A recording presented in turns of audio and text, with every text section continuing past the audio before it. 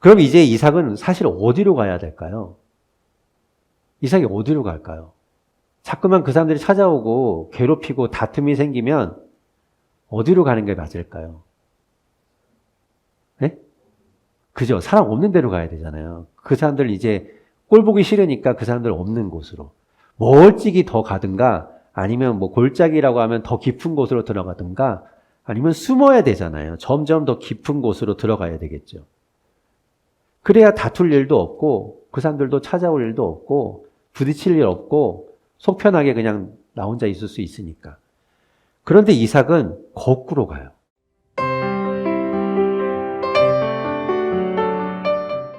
요즘은 여러분 어떤 일 때문에 골치를 썩고 계십니까? 여러분 각자마다 아마 처한 상황이 다를 거고 처한 문제들이 있을 거고 여러분을 힘들게 하는 그런 것들이 있겠죠. 그런 문제들이 발등에 불이라고 시급하고 빨리빨리 해결해야 될 그런 문제들일 거예요. 그런데 그런 와중에 또 공통의 문제들이 또 있더라고요. 내 문제 바로 나와 얽힌 문제 그것뿐만 아니라 우리 공통의 문제, 우리 국가적인 문제도 아주 우리를 골치 아프게 합니다. 요즘 뭐 외교, 안보, 경제 뭐 어느 것 하나 참 가만히 있으면 한숨밖에 안 나오는 그런 상황이죠. 마치 그냥 진짜 살얼음 판을 걷는 것만 같아요. 이러다 뭔가 일이 터지는 것 아닌가. 불안합니다. 이렇게 서로 막 힘을 겨루고 강대강으로 치닫고 있어서 이게 좀 걱정이 된다 싶기도 하죠. 그러다가 만약 잘못되면, 만약 문제가 생기면 이거 고스란히 우리가 다 피해를 보는 것 아닌가 이런 생각을 하게 돼요. 그런 와중에 이제 평화라는 걸 좀 생각해 보게 되었어요. 평화. 어떻게 하면 이 평화를 이룰 수 있을까? 평화를 위해서 우리가 뭘 해야 될까? 뭐 이런 것들을 좀 생각하다가 성경에서는 뭐라고 이야기하는가 좀 궁금했어요. 성경에서는 평화에 대해서 이야기하면 뭐라고 이야기하고 계신가? 그걸 좀 보고 싶다. 그때 떠오른 사람이 있는데 그게 이삭입니다. 이삭이 떠올랐어요. 여러분 이삭은 참 유순한 사람이에요. 되게 온순한 사람입니다. 온유함과는 좀 다른 의미의 유순함이에요. 개역개정 성경 우리가 예전에 보던 성경에서는 하나님이 모세를 평가할 때 모세가 굉장히 온유한 사람이라고 가장 온유한 사람이라고 말하는 부분이 있었어요. 민수기 12장 3절에 보면 하나님께서 이렇게 말씀하십니다. 제가 읽어볼게요. 이 사람 모세는 온유함이 지면의 모든 사람보다 더하더라. 그래서 이 말씀만 보면 이 세상에 있는 모든 사람 중에 모세가 제일 온유하구나 이렇게 생각하게 됩니다. 모세는 한 번도 화를 내거나 얼굴을 붉히거나 이런 사람이 아니구나라는 걸 우리가 생각하게 되죠. 그런데 여기서 말하는 온유함은 사실 그런 온유함이 아니에요. 겸손함이라는 뜻이에요. 하나님 앞에 겸손한 사람이란 말입니다. 실제로 모세는 화도 내고 했잖아요. 막 화나서 십계명 돌판 깨트리고 그죠? 막 화를 냈습니다. 그러니까 그런 온유함, 우리가 생각하는 온유함과는 좀 거리가 있죠. 그래서 새번역 성경에서는 겸손함이라고 이렇게 번역을 새로 하고 있어요. 실제로 진짜 화 안 내는 사람은 바로 이삭입니다. 이삭은 화를 내는 걸 본 적이 없어요. 이삭은 아브라함이 100세에 낳게 된 정말 어렵게 갖게 된 아들이죠. 거의 포기했다가 얻은 아들입니다. 그러니까 얼마나 애지중지 키웠겠어요? 얼마나 예뻤겠어요? 100세에 낳은 아들이니까. 오냐 했겠죠. 웬만하면 이삭이 뭐 해달라고 하면 다 들어줬을 거예요. 그 정도로 정말 예쁜 아들, 눈에 넣어도 아깝지 않은 그런 아들이었을 겁니다. 그리고 아브라함은 부와 권력을 가진 사람이에요. 개인 부대가 있을 정도로. 그러니까 어느 정도 정말 큰 부족의 부족장에 해당하는 그런 사람이었습니다. 그러니까 이삭이 뭐 해달라고 하면 다 해줄 수 있는 그런 부와 권력을 가진 사람이었죠. 그런 이미지, 그런 이삭을 떠올리면 우리가 쉽게 떠올릴 수 있는 이미지가 있는데 망나니 재벌 2세 이런 이미지를 떠올릴 수 있어요. 예전에 보았던 어떤 영화에서처럼 뭐 어이가 없네 뭐 이런 이미지를 가질 수 있는 충분한 여건을 갖고 있었어요. 아나무인이고 자기중심적이고 그리고 인성 쓰레기가 될 가능성이 충분하죠. 얼마든지 자기가 원하는 걸 다 누릴 수 있으니까. 그런데 이삭은 그렇지 않았어요. 고집을 부린다거나 화를 낸다거나 그러지 않은 아주 유순한 사람이었습니다. 이삭은 10대 초반일 때 아버지 아브라함이 자기를 죽이려고 하는 그런 상황을 겪었어요. 아버지가 자기를 제물로 바치려고 이렇게 꽁꽁 묶을 때 이삭은 거기에 반항하지 않았습니다. 이삭의 나이가 10대 초반이고 아버지는 100살이 넘어서 110살이 넘는 그런 나이였으니까 자기가 거기서 얼마든지 몸부림치고 도망치려고 하면 할 수 있죠. 연로한 아버지를 이길 수 있어요. 그런데 이삭은 고분고분 그것을 따릅니다. 그리고 이삭이 이제 40세가 되어서 이제 결혼하게 되는데요. 리브가란 여인과 결혼합니다. 그런데 아이가 곧바로 생기지 않았어요. 임신하고자 했지만 아이가 생기지 않아서 시간이 되게 오래 걸렸습니다. 그때 당시만 해도 이때는 어떻게든지 대를 이어야 했어요.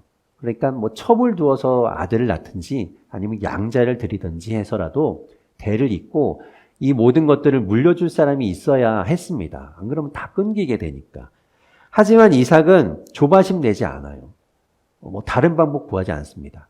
그냥 리브가와 함께 기다려요. 그리고 결국에는 우리가 아는 것처럼 에서와 야곱 쌍둥이를 낳게 되죠.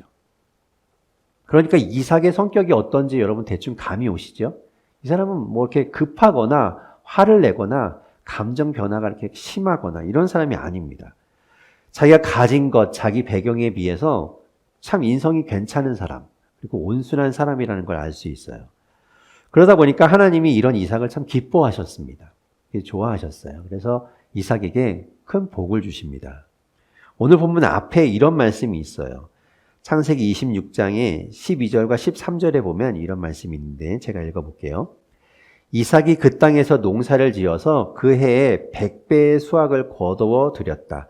주님께서 그에게 복을 주셨기 때문이다. 그는 부자가 되었다. 재산이 점점 늘어서 아주 부유하게 되었다. 예, 아멘이시죠? 아브라함에게 물려받은 것도 되게 많은데 이 이삭에게 하나님께서 복을 주셔서 그거보다 훨씬 더 큰 부자가 되었다는 거예요. 그러다 보니까 주변에 있는 사람들이 그가 살고 있던 그랄 지방에 있는 사람들, 블레셋 땅이거든요. 거기에 살고 있던 원주민들이 이삭을 시기해요. 그러면서 괴롭히기 시작합니다. 샘나니까 해코지하는 거예요. 텃세를 부리고 자기들끼리 이렇게 다 짜고서 이삭을 막 모함하고 그러면서 결국엔 이삭을 내쫓아요. 이삭은 잘못한 게 없잖아요. 그냥 뭐 열심히 사는 것밖에 없는데 그렇다고 남에게 뭔가 악한 일을 한 것도 없는데 그렇게 쫓겨나게 된 거죠. 뭐 속인 일도 없고요. 불법을 행한 일도 없어요. 억울할 만도 한데 그래서 항의하거나 거기에 대항할 만도 한데 이삭은 그렇지 않습니다. 이삭의 성품이 그래요. 그냥 그런가 보다 하고 또 아무 소리 안 하고 다른 곳으로 옮겨갑니다. 그래서 오늘 보면 17절에서 이야기하는 것처럼 그냥 조용히 그냥 떠나요. 다른 곳으로 갑니다. 자, 오늘 주보의 사진을 한번 보면요. 여기가 어디인 것 같나요? 네, 화성 아닙니다. 지구입니다. 그런데 우리가 이제 예전에도 그렇지만 이 이스라엘 땅, 이 팔레스타인 중동 지방을 우리가 살펴보았는데 대부분의 그 땅들이 다 이런 환경이에요. 우리가 이 보고 있는 것처럼 굉장히 척박하고 메마르고 제가 싫어하는 먼지 많은 곳. 예, 제가 비염이 심해서 먼지 많은 곳 싫어하는데 딱 그런 곳이죠. 그러니까 우리가 그림이나 이런 어떤 또 상상하는 것처럼 숲이 우거지고 초원이 펼쳐져 있고 이런 곳은 아니에요. 그런 곳은 거의 없는 것 같아요. 자, 이런 땅에서, 이런 척박한 땅에서 가장 필요한 것이 뭘까요? 물이겠죠. 물이 제일 필요할 거예요. 물 없으면 살 수 없죠. 이런 곳에 물 없이 어떻게 버틸 수 있겠어요? 물이 없으면 생명이 살 수 없는 곳입니다. 그러니까 물을 찾아내든지 아니면 땅을 파서라도 물을 퍼내야 했습니다. 이삭이 마을에서 쫓겨나서 이제 외곽으로 밀려나게 돼요. 사람들 없는 곳으로 갔겠죠. 근데 거기에서 필요한 것도 역시 물이었어요. 그러니까 우물을 파죠. 땅을 팠을 거예요. 지금은 잘 모르겠어요. 우물을 파는 일을 저는 본 적이 없어서 어떻게 하는지 잘 모르지만 아마도 이제 기술이 발전했으니까 뭐 탐지기 같은 걸로 하겠죠. 설마 막대기 가지고 아직도 이렇게 찾지는 않을 텐데, 아무튼 그렇게 탐지기로 이제 땅속 깊이도 볼 수 있어서 그곳에 물줄기가 있는지 이런 걸 보고 아마 우물을 팔 거예요. 그런데 이때 당시에는 어떻게 우물을 팠을까요? 방법이 없겠죠. 나올 때까지 파는 겁니다. 땅 파보고 나오면 좋고 안 나오면 여기 아닌가 보다. 그리고 또 딴 데 파보고 뭐 이랬을 것 같아요. 그러다가 이삭이 이제 물을 찾아냅니다. 오늘 본문 19절과 20절 말씀인데요. 19절, 20절 같이 한번 읽어볼게요. 함께 읽겠습니다. 시작. 이삭의 종들이 그날 평원에서 물을 받아다 물이 쏟아나는 샘줄기를 찾아낸다. 샘이 터지는 바람에 지방 목자들이 그 샘줄기를 자기들의 것이라고 주장하면서 이삭의 목자들과 다투었다. 우물을 두고서 다투었다고 해서 이삭은 이 우물을 에색이라고 불렀다. 아멘. 자, 근데 이 본문에서 우리가 이제 본 이 세번역 성경에서는 좀 번역이 잘못되어 있다고 저희가 생각하는 부분이 있는데 그랄 평원이라고 돼 있잖아요. 이 평원이라고 번역한 단어가 사실은 계곡, 골짜기라는 말입니다. 그래서 이 히브리어 나할이라는 말인데요. 다른 번역 성경에서는 다 골짜기라고 번역하고 있어요. 근데 왜 세번역은 이걸 평원이라고 번역했는지 잘 모르겠어요.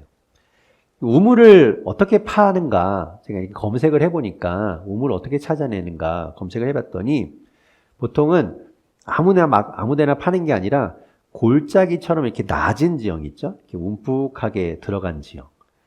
그런 곳, 아니면 물이 한번 있었던 곳, 또 아니면 뭐 이렇게 식물이 좀 있는 곳, 그런 곳들을 찾아서 땅을 판다고 해요. 그래야 이제 그 밑에 이제 물이 있으니까요. 그러니까 넓은 평원, 이 주보에 사진에 있는 것처럼 이렇게 넓은 평원에 그냥 아무데나 판다고 물이 나오는 것 아니죠. 그러니까 이게 그랄 평원이라고 되어 있는 게 좀 이상해요. 제 생각에도 아마도 이삭은 그랄 평원이라기보다는 골짜기로 갔을 것 같아요. 그래야 이제 그런 곳에 물이 있을 확률이 있으니까요. 아무튼 땅을 팠어요. 땅을 팠는데 물이 터져 나옵니다. 잘 됐죠. 물을 찾았어요. 이제 여기에 살면 되겠다라고 싶은데 그때 이 그랄 지방에 살고 있는 목자들, 뭐 원래 그 땅에 살고 있던 사람들, 원주민들이죠. 그들이 와서 득달같이 달려들어서 이게 자기 셈이라고 우기는 겁니다. 황당하죠. 내가 팠잖아요. 이게 뭐 남의 땅에 판 것도 아니고 그냥 버려진 땅에 자기가 가서 내가 노력해서 땅을 팠는데 자기 거기라고 우기니까 얼마든지 황당할 수 있는 상황이고 거기에 대항해야 되겠죠. 그래서 이삭의 목자들이 그들과 싸워요. 다툽니다. 무슨 소리냐. 이거 우리가 여기 판 우물인데 니네가 뭐 도와준 일 있냐. 이러면서 이제 다투겠죠. 그 우물의 이용권을 놓고 이삭의 목자들과 그랄의 원주민 목자들이 서로 다투니까 이삭은 어떻게 했을까요? 오늘 본문 21절에 이렇게 합니다. 오늘 본문 21절 같이 읽어볼게요. 시작. 이삭의 종들이 또 다른 우물을 파는데 그날 지방 목자들이 또 시비를 걸었다. 그래서 이삭은 그 우물을 이름을 시내라고 하였다. 아멘. 예. 거기서 막 다툼이 생기니까 이삭은 그래. 뭐 그거 너네 가져. 그리고선 다른 우물 또 파요. 이 우물 파는 게 쉬운 일 아닌데 그냥 또 파면 되지. 그리고 또 팝니다. 근데 또 물이 나와요. 그러자 그 그랄 목자들이 또 찾아오면 또 시비를 걸어요. 이것도 내 거야. 무슨 애기들도 아니고 진짜 막 웃기죠. 그러니까 이삭은 싸울 만도 하잖아요. 이게 한 번 뭐 그냥 한 번은 그래 피했다 치지만 또 그러니까 이 사람들이 좀 장난하나 그러고서 막 대들만도 하고 싸울 만도 한데 이 이삭은 가만히 있습니다. 옛날에 그런 말 있잖아요. 가만히 있으면 가만히로 본다고 했는데 이 이삭이 자꾸 가만히 있어요. 이번에도 이삭은 그 우물을 그냥 내줍니다. 내주고 또 다른 곳으로 옮겨요. 그리고 그곳에 또 우물을 팝니다. 그것이 오늘 본문 22절이에요.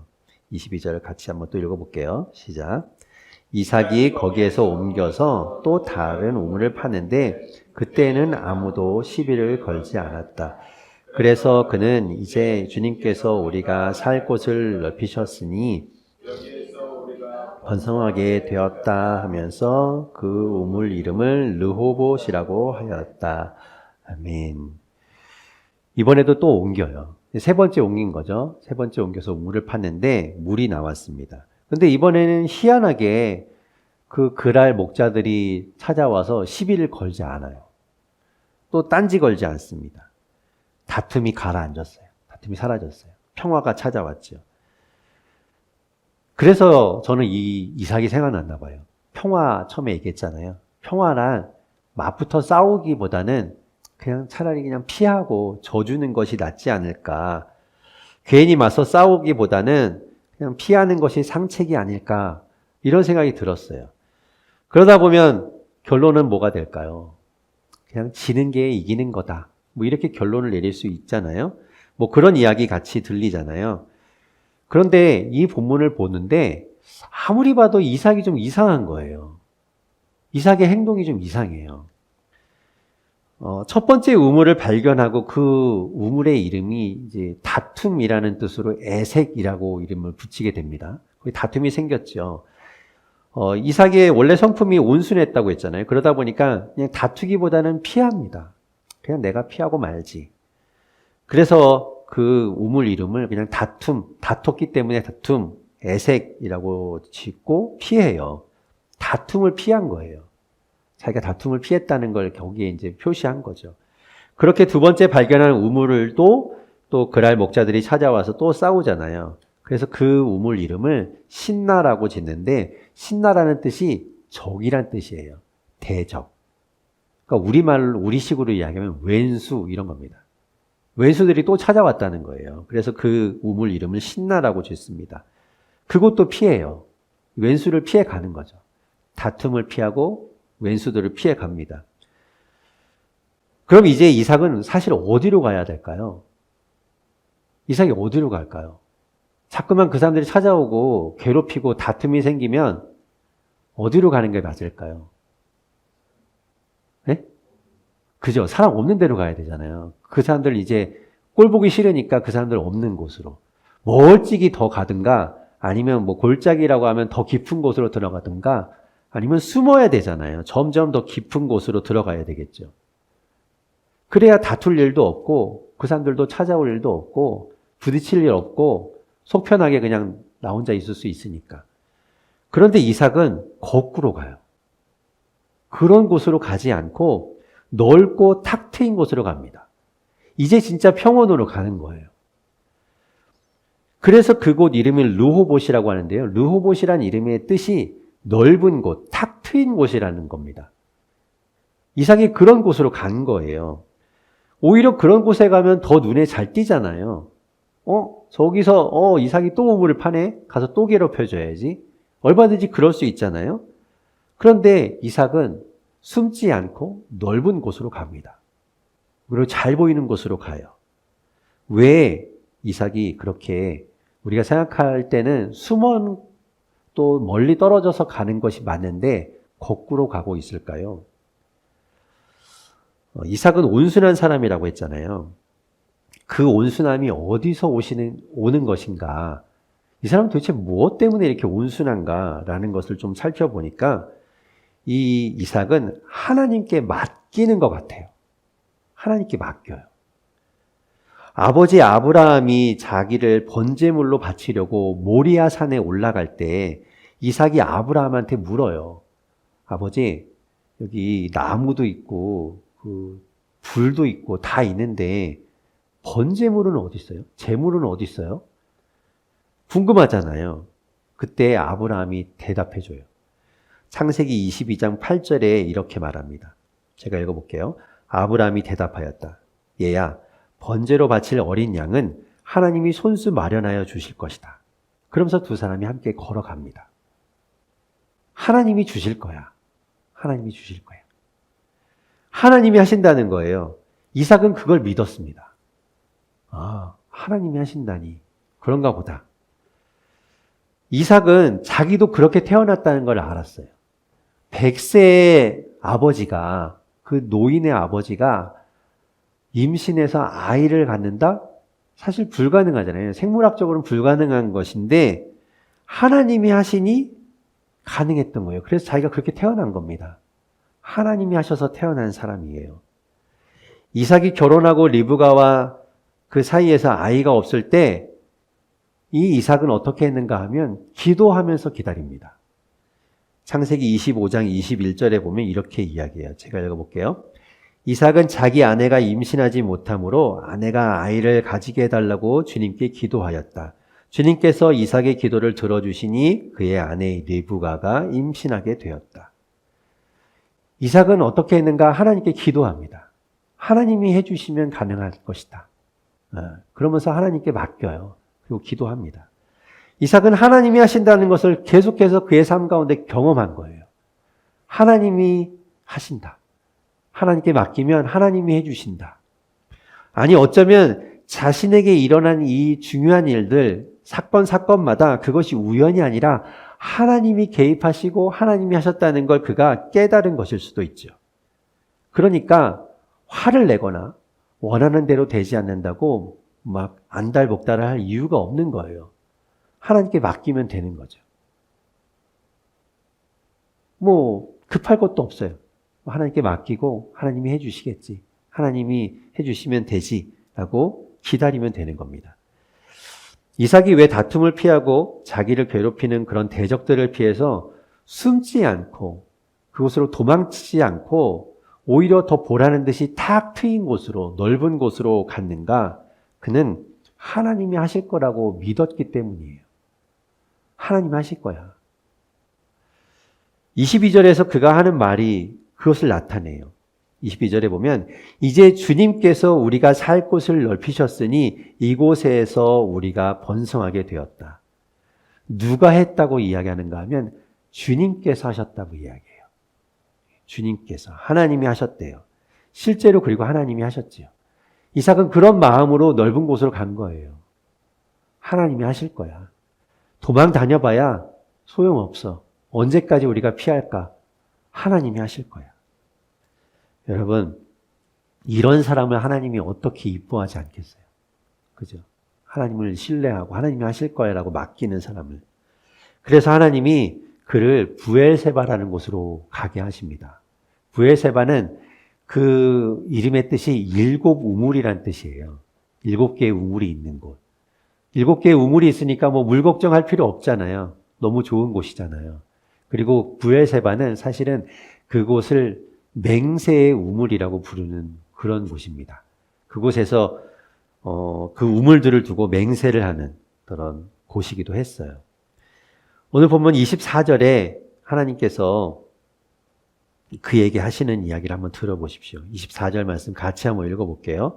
함께 읽겠습니다. 시작. 그날 밤에 주님께서 그에게 나타나셔서 말씀하셨다. 나는 너의 아버지 아브라함을 보살펴준 하나님이다. 내가 너와 함께 있으니 두려워하지 말아라. 내가 나의 종 아브라함을 보아서 너에게 복을 주고 너의 자손의 수를 불어나게 하겠다.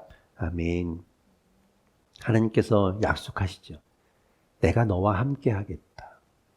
네가 어디로 가든지 네가 뭘 하든지 내가 너와 함께 하겠다 하고 약속해 주셔요. 그리고 복을 주시겠다고 약속하십니다. 하나님이 어떤 사람에게 이런 약속을 주시는가? 하나님을 믿고 신뢰하는 사람, 그래서 하나님께 맡길 수 있는 사람, 그런 사람에게 약속하시는 거예요. 처음에 저는 평화에 대해서 이야기했잖아요. 평화를 생각하면서 오늘 본문을 보게 되었어요. 평화란 다투지 않고 오히려 맞서 싸우지 않고 피할 수 있다면 피하는 것. 그래서 조금 손해보더라도 그것이 나에게 피해가 되더라도 그냥 좀 감수하는 것. 그래서 평화를 이룰 수 있다고 생각했어요. 근데 그보다 더 중요한 것을 이삭에게서 발견했습니다. 그것은 바로 하나님을 신뢰하는가, 하나님께 맡길 수 있는가 였어요. 거기서부터 시작되어야 하는 거죠.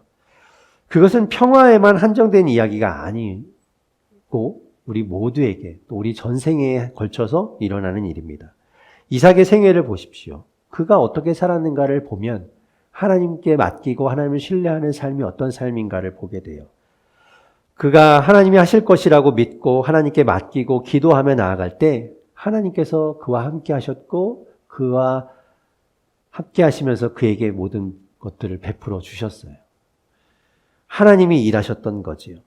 우리 처음에 찬양했던 것처럼 우리가 모든 시선을 주님께 맡기고 주님을 바라보며 나아갈 때 내 삶 가운데 주님께서 일하시는 걸 보게 되는 거예요. 내 삶이 주의 역사가 되는 거예요. 저는 이삭이 우리가 생각하는 것처럼 세상이 말하는 것처럼 가지 않고 오히려 그것과 다른 거꾸로 가는 길을 걷던 것처럼 우리도 그런 길을 가면 좋겠다 생각돼요. 오히려 그 길이 옳은 길인 것이죠. 우리의 경험과 상식으로는 거꾸로 가는 것처럼 보이는 이삭이지만 하나님을 신뢰하며 가는 길, 그것이 오히려 옳고 우리가 바른 길이라는 걸 이삭을 통해서 보게 됩니다.